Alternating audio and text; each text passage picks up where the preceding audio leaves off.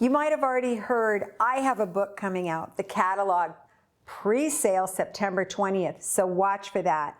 I've gathered a few of my favorite items out of the book. I just wanted to give you a sneak peek.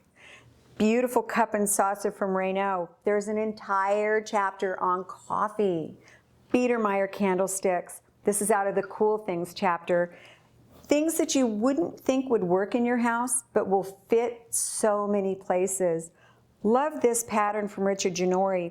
And you know, green's sort of a different color, but it would look amazing on your table. The mushroom salad plates, there are 5 of them actually in the set.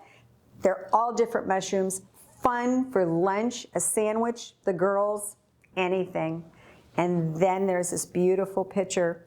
George Jensen, it's actually the cover of my book. I love the curves and the grace of it. I can't wait to share it with you.